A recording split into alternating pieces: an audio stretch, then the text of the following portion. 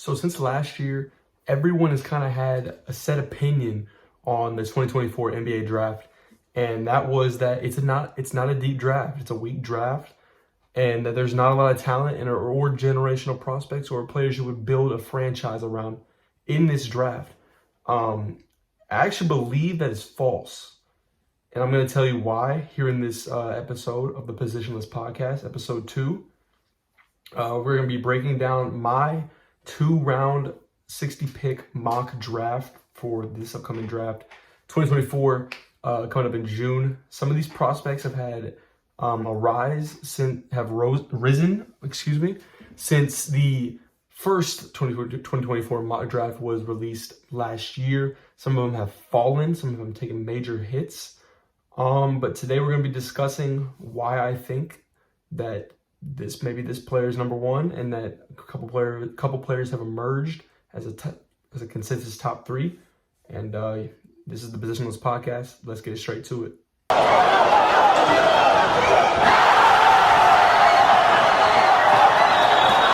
Welcome back to another episode of the Positionless podcast. My name's Peyton, and we're gonna be breaking down all levels of hoops, but specifically today we're gonna be looking at the future of the league, the future of the big time, the association, the show, whatever you want to call it. We're going to be breaking down the future of maybe the weakest draft in a while.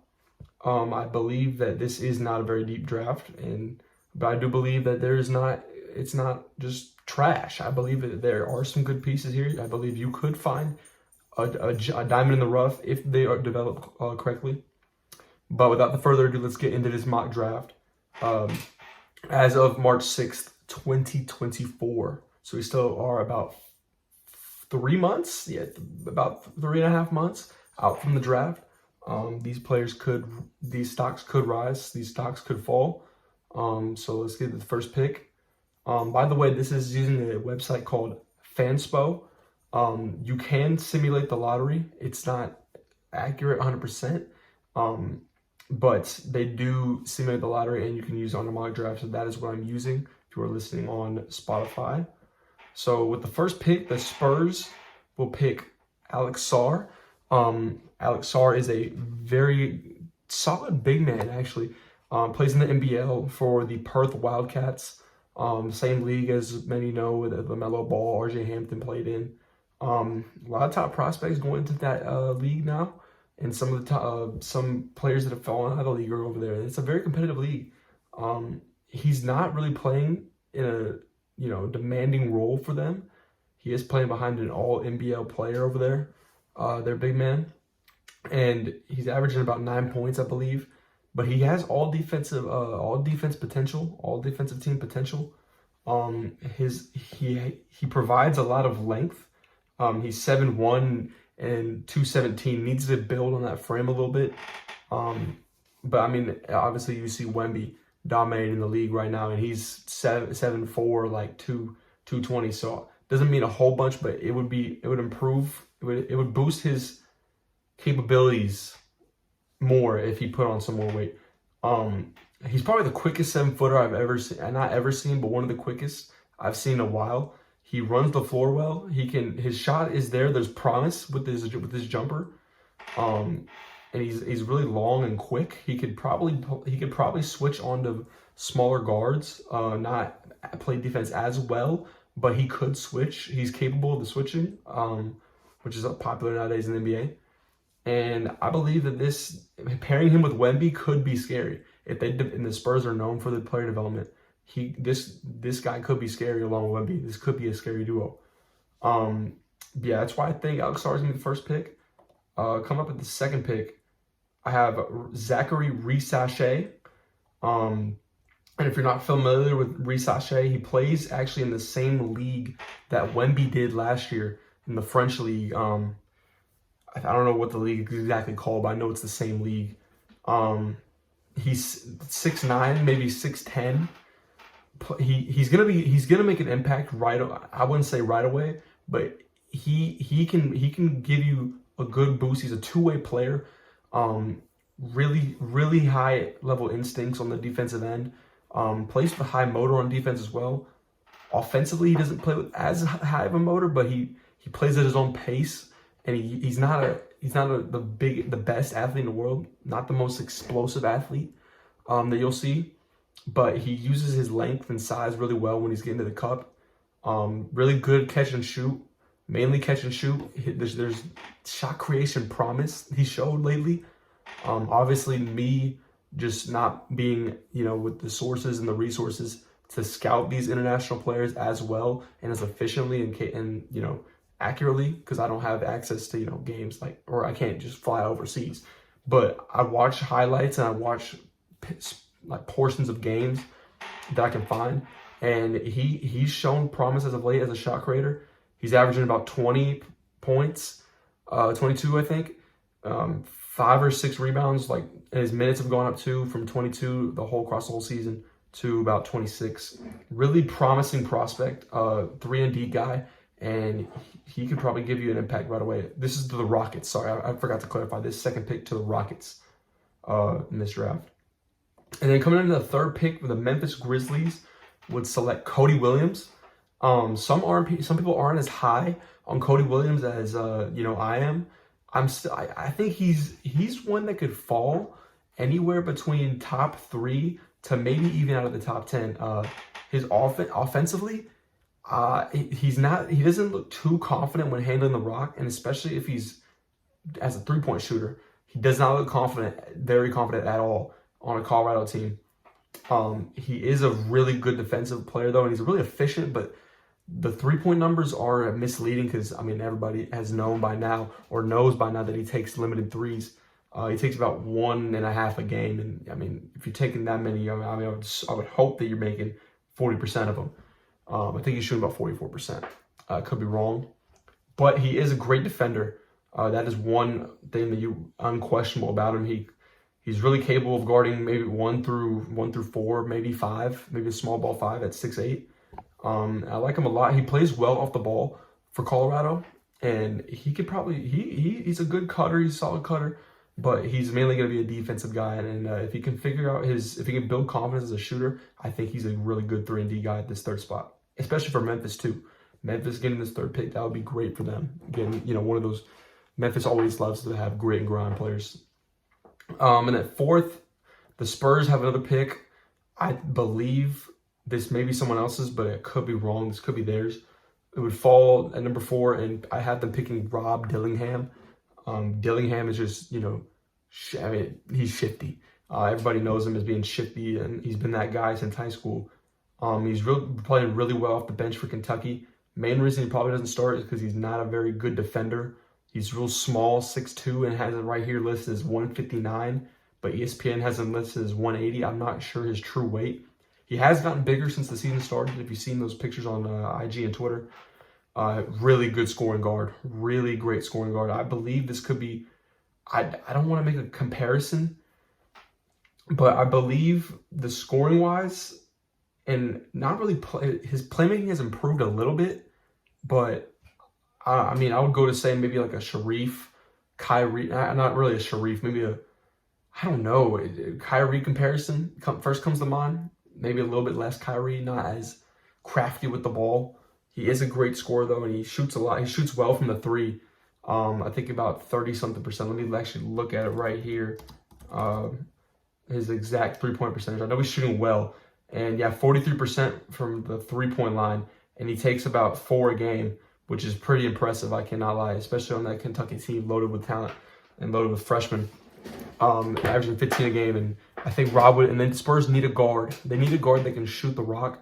People think they picked Topic here, but I don't think so, because Topic, I'll get into why later on when he is selected, which is actually with this next pick, the 5th to the Wizards. I think Nikola Topic goes here. They need point guard play. They're going to replace Tyus Jones, because I believe Tyus Jones could be out after this season. Go to a more contender to contribute, bring his contributions there as a point guard. I think they replace him with Nikola Topic. Topic he's probably one of the best ball handlers I've seen coming into a draft in a while. Like pure ball handler. He can really handle it at a quick pace, different speeds really well. He's a sneaky, crafty finisher. He's not a very good athlete at all.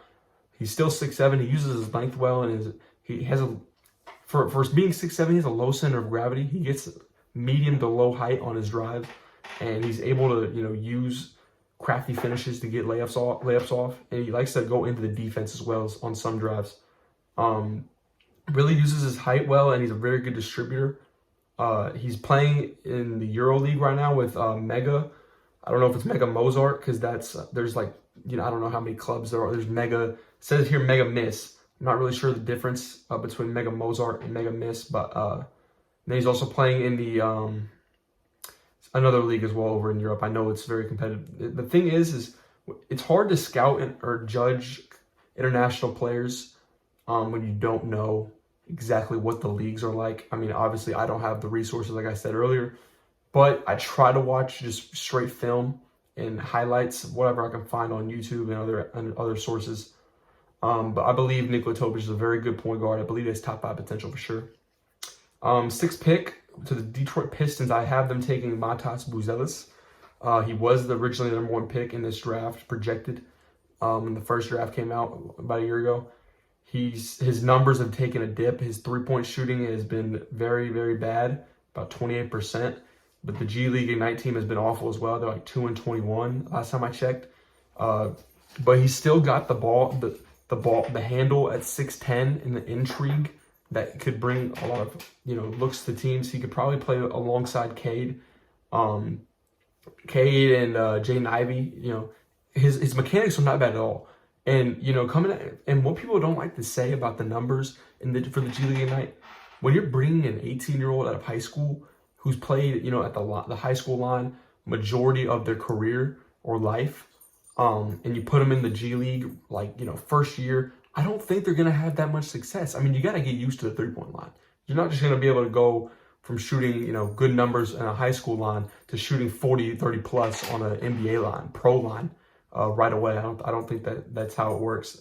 But he has good mechanics. He was a good shooter in high school. I think he can turn it around and become a better shooter before the draft starts and maybe impress some teams during the pre-draft process and pair along with Cade real nicely at 6'10" at the 3.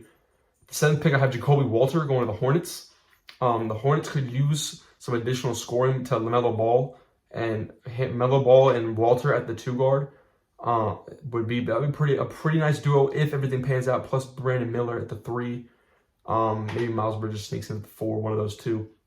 And they got Mark Williams, a good rim protector. So the potential and the upside for Jacoby Walter as a creator it's pretty high. It's pretty high. He could be a really good scorer in the league, but he has had some slumps. Middle to almost about a week ago, he had a slump that he really played well against Houston, I believe. He had a really good game, and the upside is there for a scoring guard. It's really there, but he's not a very good defender at all. He could really improve there at 6'5". Guarding those guards, you're gonna have to get stops if you want to play. 34% from the 3 as well, because the late stretch has been a little bit iffy for him. But yeah, against Houston, who is one of the best defensive teams in the country, like I mentioned last episode during bracketology. 5 for 10 from the 3, 10 threes taken, and you made 5 of them. That's pretty impressive. Just shows the upside. But then you got games where he's going 2 for 9 against Kansas and 0 for 3 against BYU. So it's a little iffy right now, but he is 19 years old, I believe. So he could change it around easily, and the upside is definitely there to pair along with Melo at the 2. So next we got 8th going to the Blazers. Haven't picked Kyle Filipowski. I don't know if Ayton's the answer here for them, because obviously, there's been talks about him struggling in Portland in a rebuilding situation specifically. I mean, that should be his team. He should be dominating. I feel like dominating. That's a incredibly bad pun, but we'll skip over it. But yeah, Kyle Filipowski, he plays the 4. He's a footer. He's a 7-foot big man. Plays well in the post, and he has good passing instincts. Really good rebounder as well. He has shown flashes of a 3-point jumper. Definitely improved from last year. Too. I think Kyle, or Flip as they call him, he was in the news for being injured in his ankle during the Wake Court storm. Different story though. But I think he could put him nicely here. They do need some size and some shooting at the 4. And I think he could be a solid contributor right away as well. He wouldn't need much development besides the jumper, I believe. And he really wouldn't be able to switch that well on guards, but I think he's a capable shooter and rebounder as a 4-man, alongside DeAndre Ayton. You could add a high-low aspect to that offense. With the 9th pick, this is the Thunder's pick. They have 2 picks. One is Utah's and one is Houston's. Utah's is top 10 protected, so if Utah's were to fall into the top 10, they wouldn't get the pick. But this 9th pick right here is actually Houston's, so they would get this pick. And I have them picking Donovan Clingan, the 7'2" center from Connecticut. Really nice touch around the rim. Doesn't really have any very good aspects outside of him being 7'2", having a nice touch. He rebounds decently well for his size. You could plug him in right now, and that's something the Thunder need, especially as rebounding. If you're 7'2", 265, I believe he outmatches a lot of centers that play, because especially the small ball center now. I believe he could be a workhorse down there. He has a really high motor, which could improve his rebounding at the next level. And he's got good touch, like I said. Solid defender, and he sets good screens. He sets really good screens. If you watch UConn play, off the ball, he sets good screens. He sets good screens on ball, because they run a lot of off-ball action as well. He's a great screener, and I think he's taken here. I think he's the first center off the board. And then, we got Ron Holland at 10 to the Hawks. I like this fit a lot. They have DeJounte Murray, who's a good two-way guard. Why not add more defense in Ron Holland? And athleticism, too. Jumper hasn't really been there. But once again, I'm all for the 18-year-old high school recruits to improve their jumper for G League Ignite. But yeah, there's not really much else besides he's a high motor athletic freak at 6'7", 192. About a 7-foot wingspan, I believe, too. He's got great defense. That's his calling card, his defense and athleticism. He can make an impact for him right away in the defensive end for sure for the Hawks. 11, I had the Thunder. They would get this pick as well. Reed Shepherd. If you haven't been paying attention to Kentucky basketball, which I don't know how you could miss Reed Shepherd, shooting about 52% from the field and 50% from the three-point line. 50% from the three-point line. That's nuts for a freshman. Coming off the bench, too. For Kentucky, he can guard as well. He's averaging about 2 steals a game. Brings that 3-and-D aspect, and he can handle the rock just a little bit. The creation isn't all there, but you don't really need the creation if you're playing for the Oklahoma City Thunder, because you got Shai Gilgeous to do that. So he could be a really good piece. I really like this fit a lot for him, and some people have him as high as top 10, but I don't really see him going. I could see him going to the Hawks at 10, and if the Thunder were to pick him at 9, they could. But I think he's a really good player, and I think it would fit the Thunder well. So the 12th pick with the Bulls, I have Isaiah Collier, who started the season well, had a mid-season kind of iffy stretch, but lately he's picked it up. He just had 31 against Wazoo the other day, averaging 16, 4 assists, and 3 rebounds on the season. He's 6'4", definition of a true point guard. He's a physical guard as well. His jumper has improved since the start of the season, I believe.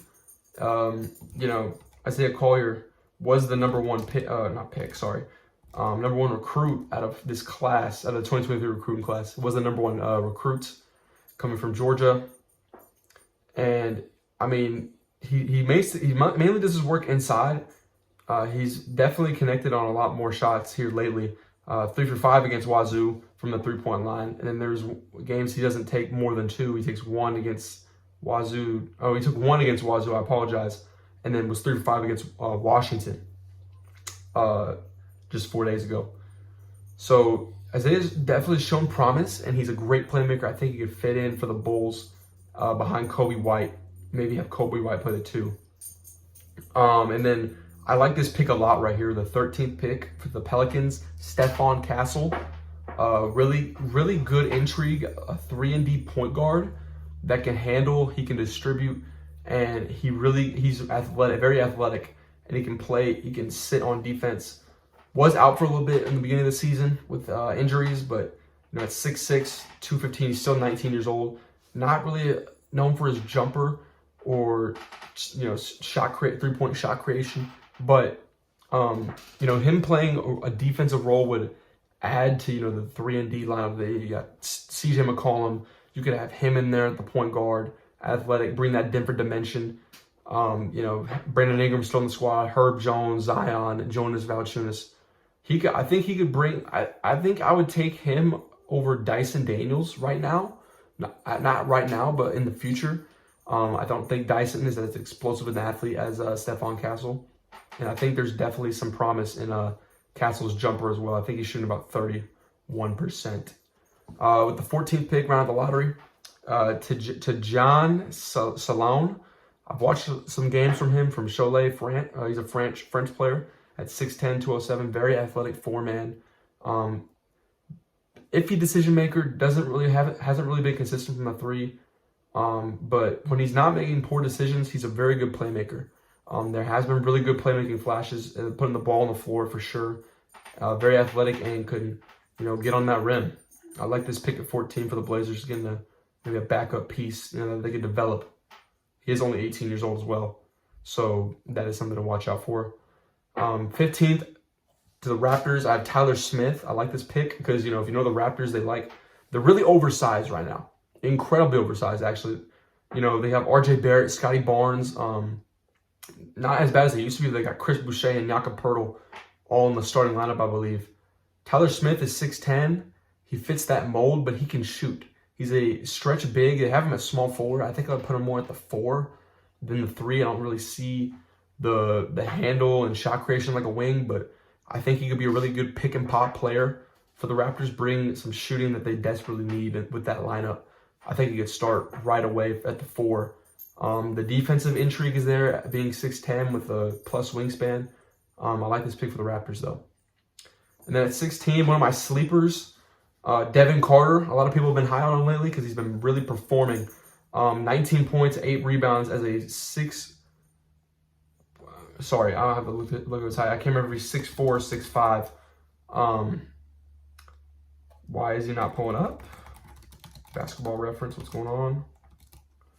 Devin Carter. He did transfer from South Carolina though, after his freshman season. But he's an intriguing prospect. I like him. He's 22 years old. He's an older prospect, very athletic and can play defense. He likes it. He's a very good defender. Could probably switch 1 through 3, maybe 1 through 4. Being a 6'3" guard too. He's really quick, really athletic. He's really bumped up his 3-point percentage as of late too, or not as of late, but earlier in the year he was shooting great. 7 for 10 from the 3 against DePaul. That shows a lot of promise in taking 10 threes in a game.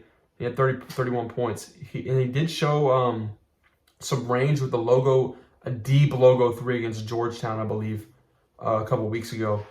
And really athletic and can score and distribute as well at times. I like this pick for the Magic because he adds shooting, which this is almost like a smaller Anthony Black, but he can shoot the ball. He can shoot the ball a lot better than Anthony Black could. I believe that he can continue improving because he's shown he has the range. So I like this pick a lot for the Magic. 17, Ryan Dunn to the Sixers. Ryan Dunn is known as a straight-up defender. He has no offensive game whatsoever, I believe. No jumper, no true jumper at all. 50% on free throws. Mainly all of his shots are taken inside the paint or close floaters. But he's the best defender in the draft by far at 6'8". He could play 1 through 4 on defense, maybe even small ball 5. His handle isn't awful, but he just has no shot whatsoever, no jumper to his game. That's the only downside of this pick, but he is like a really great defender. I think he could definitely be all defensive team eventually. With him being so switchable and positionless on defense, but the offensive game really worries me with this pick. And then right after him, I have Zach Edey to the New York Knicks. Why not get, for a win now team, why not get somebody, 4-year player out of college, 22 years old, why not get somebody what you're going to get out of? Size and rim protection and rebounding, which is something they already have, but why not add some more? You already have a lead guard and, a great 2-guard option, DiVincenzo, 1 guard being Brunson. Why? And then you have Bojan Bogdanovic now on the wing.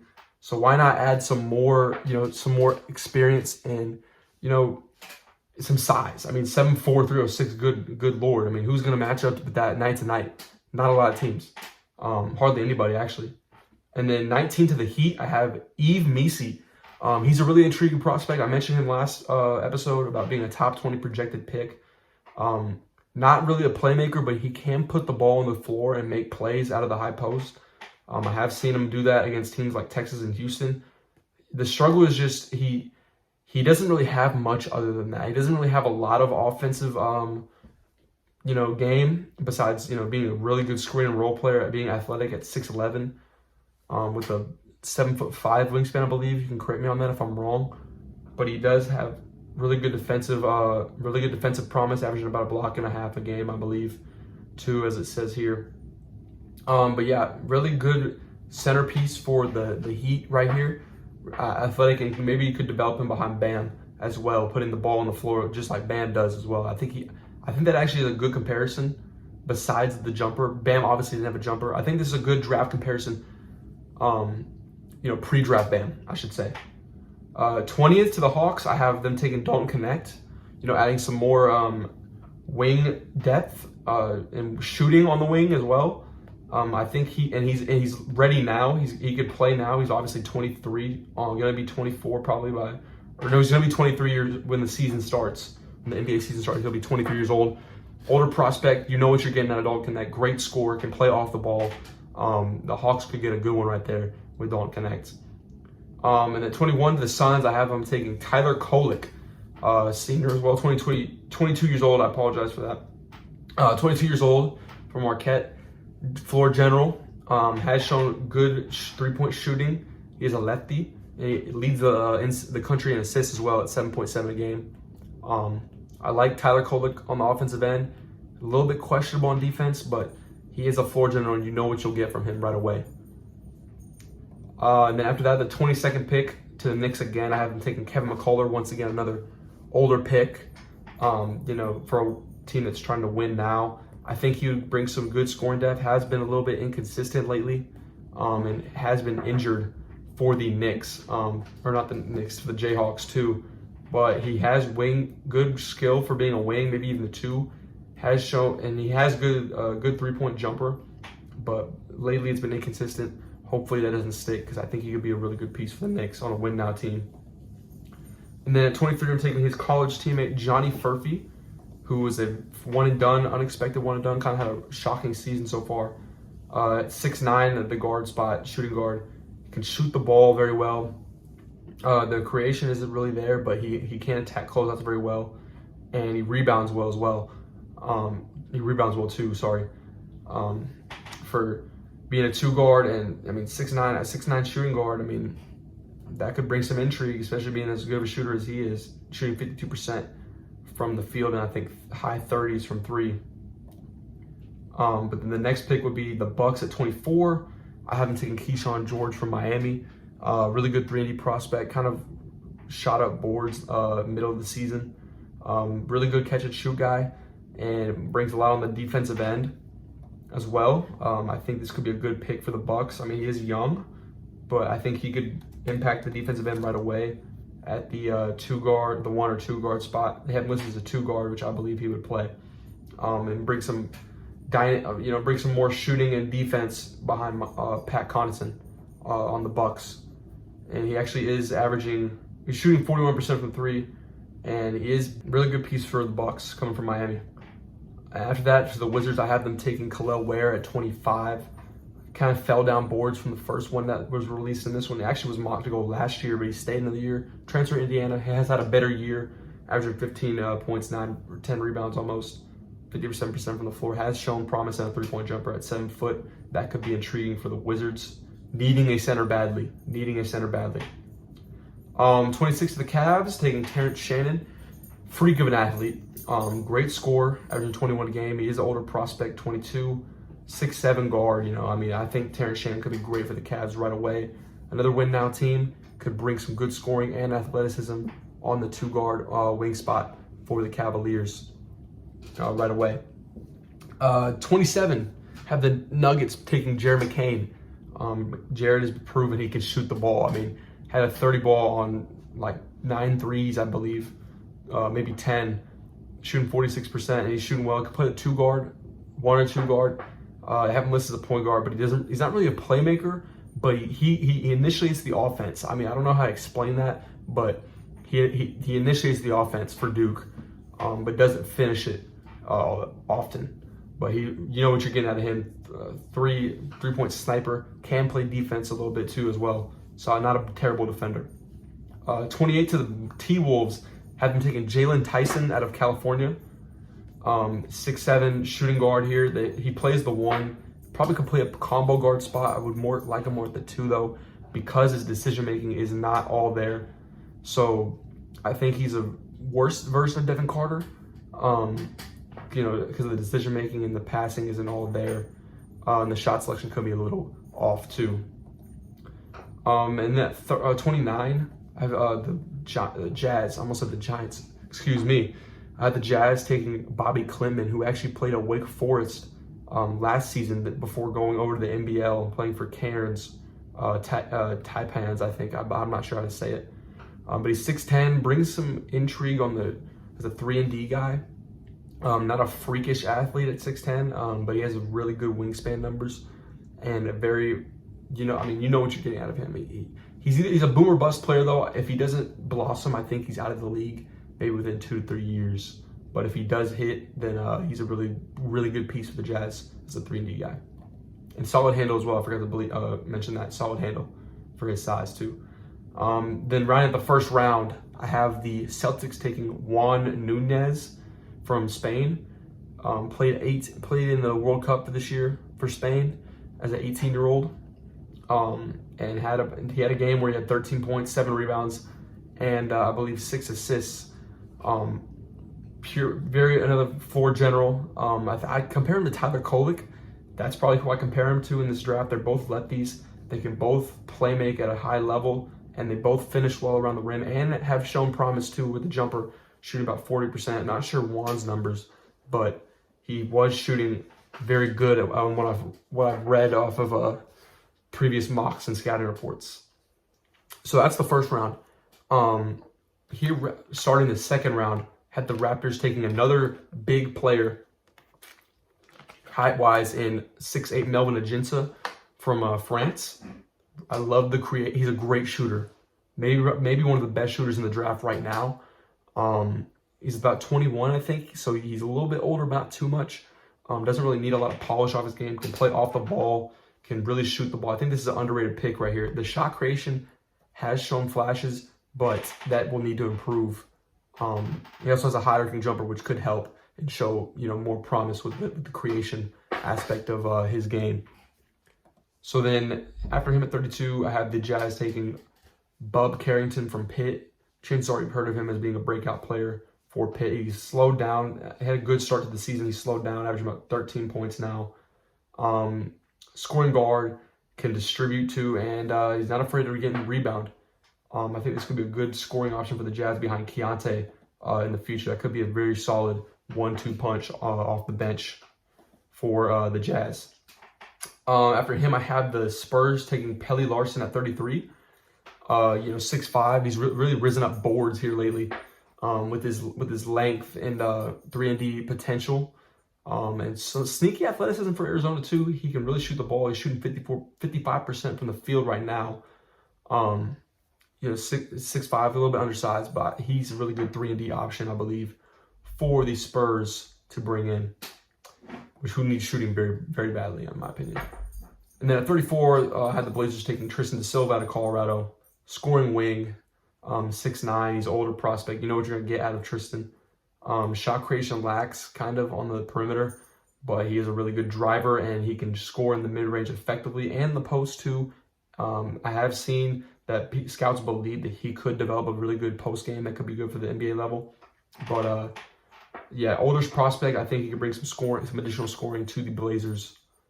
Then at 35, I have the Bucks taking DJ Wagner. I like this a lot. I actually had him. Excuse me. But I really would have loved if Wagner went to the Celtics in this draft because he would get to learn behind Drew Holiday. And to me, I believe they have similar play styles, both really solid defensive guards. If DJ learning behind Drew could be a really good boost to his game and really could elevate his game immediately. Has been a little bit disappointing since the first mock draft, because he was expected to be top 5 pick. Hasn't really shown a lot of 3-point shooting, but some distribution, averaging 3.5 assists a game. Has shown promise on that end as well in playmaking, but yeah, and he's a really solid defensive guard. I think he could impact the Bucks right away as a 19-year-old. 36 to the T-Wolves, I have them taking Trayvon Brazile, who was a 4-man, who had a couple viral dunks last season as a redshirt sophomore before he got injured with the ACL tear, which was rough because that might have been his breakout season. But he's been solid this season, really quiet, honestly, for a struggling Arkansas team. He shoots the three well at 42%, I believe. 6'9", 215, really bouncy, really athletic as well. Could be a solid pick and pop guy, maybe even a 3-and-D small forward if the handle improves. Then 37, I have the Sixers taking KJ Simpson from Colorado. Really solid mid-range scorer, can distribute the ball really well. Does a lot of his work in the mid-range. I think this could be a solid backup scoring option for the Sixers. 38, Dylan Jones. I would like to see him go higher, but I don't really see a lot of fits for him. As a 6'6" small forward, undersized, can really rebound, known for his rebounding. He actually had a game where he had 32 points and 23 rebounds about a week ago, I think, for Weber State. He's averaging 20 points, 10 rebounds, and 5 assists. This guy can do it. He can do it all. He's a Swiss Army knife. I just don't see a lot of fits for him in the league, situation-wise. So I don't think a lot of teams would take a chance on him. He's also an older prospect, 21 years old. I like the promise though, and if he develops just a little bit more as a perimeter creator, I think he could really have a good situation in Memphis and maybe have a steal right there. 39, I had the Hornets taking Izan Almansa from G League Ignite. Really intriguing passing big man. Can really pass out of the high post and out of the post. Not the greatest athlete. He did also play for Overtime Elite. So before going to G League, so not really a lot of great organized basketball. I mean, I guess you could consider G League Ignite organized, but if you know what I mean, higher level, but not as cohesive. It's really just a bunch of guys slapped together, but especially in this year's team. But I like the promise as a playmaking big man. Don't really see a lot of anything else besides inside scoring and playmaking though. And then at 40, I have Justin Edwards, who was predicted top 10 in the first one. I don't really see the hype in Justin Edwards besides being a potential defender and really athletic guy for a team. The jumper's not there, although he did have a game where he shot 10 for 10 from the floor and 4 for 4 from 3. I don't believe that's going to translate to maybe the rest of the season. Could be wrong, but I don't really see a lot of potential as a 3-and-D guy. I just see him as more of an athletic, lob threat. Maybe develop a potential jumper in the future. But that's to the Blazers. 41st to the Knicks. I haven't taken Oso Iguodala, who can put the ball on the floor. Doesn't really need to distribute this year for Marquette because they have Tyler Kolek, but I believe he's shown flashes of distribution as a 6'9", 22-year-old. You would know what you're getting from Marquette. Not really a shooter.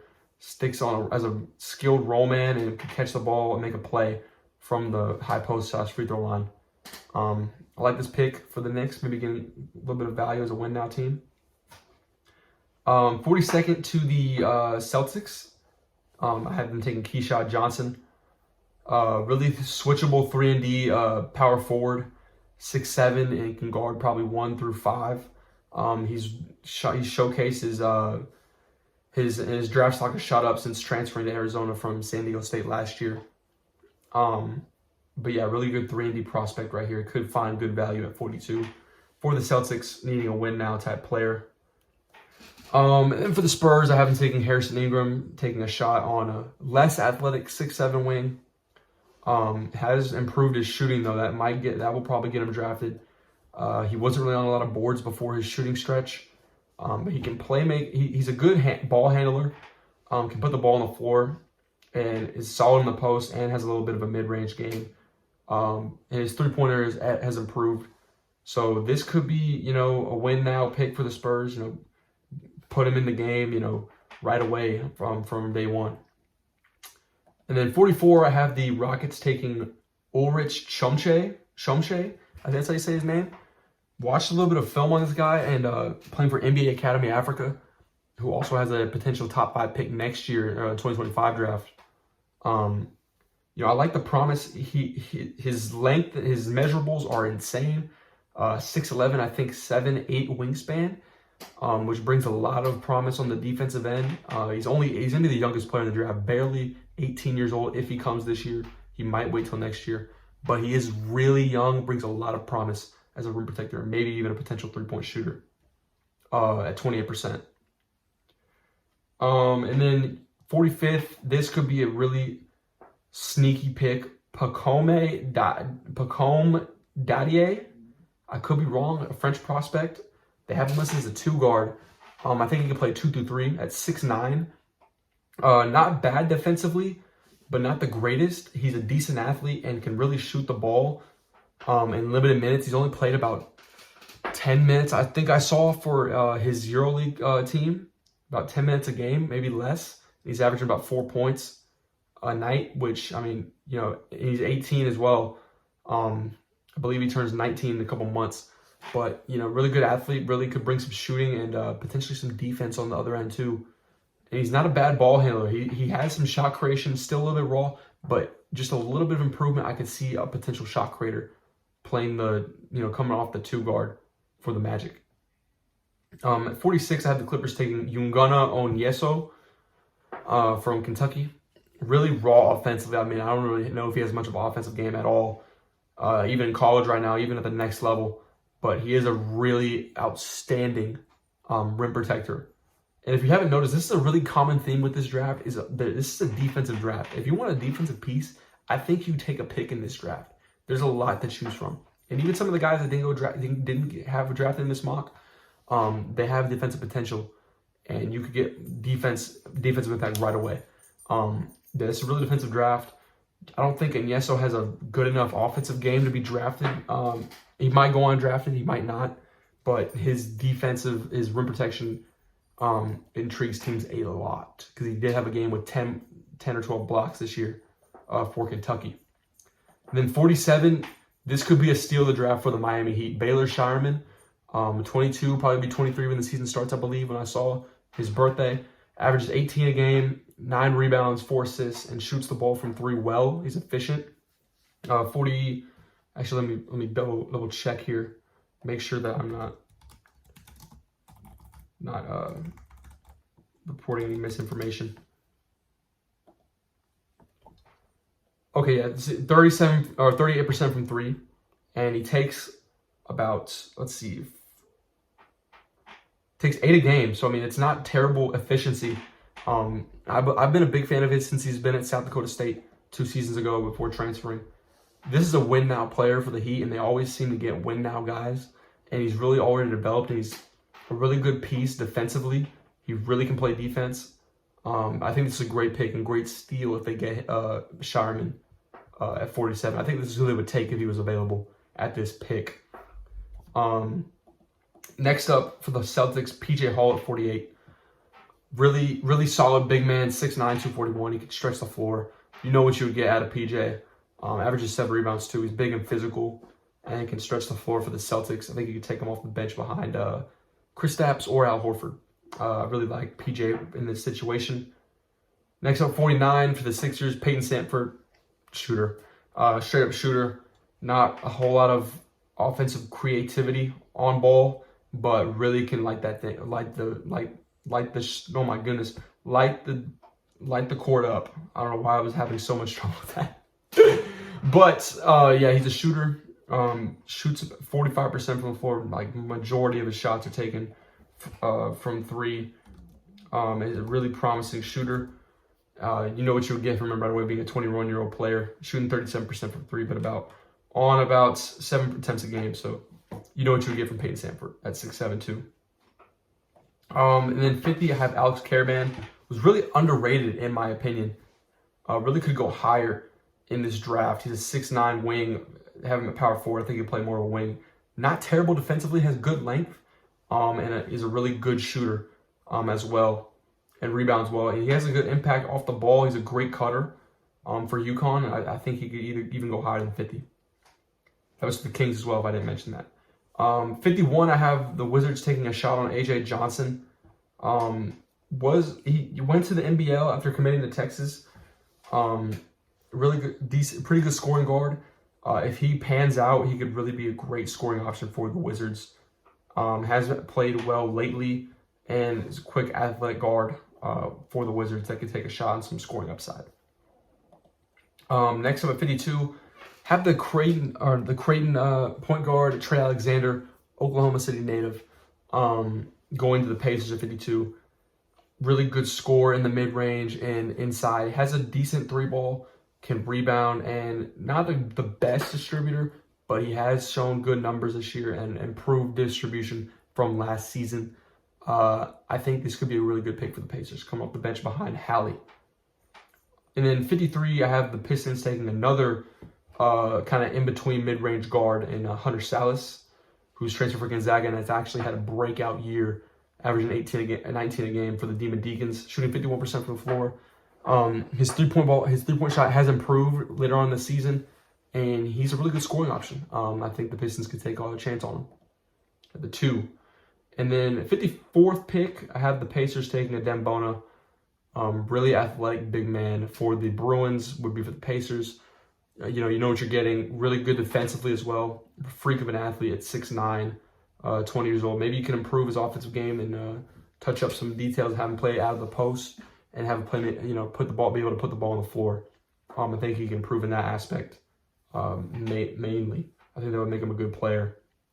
55, I had the Lakers taking DaRon Holmes, the second out of Dayton. He's really risen. I think he could go higher. I personally would have had him higher if there was right fits for him.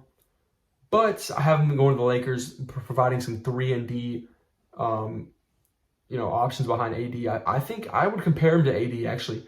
6'10", and he's a pretty athletic specimen for being 6'10". He's really improved his three-point shot, shooting about 37% from the floor now, 55% from inside. He's averaging 20 points a game, and he rebounds well. 6'10", averaging 8 a game.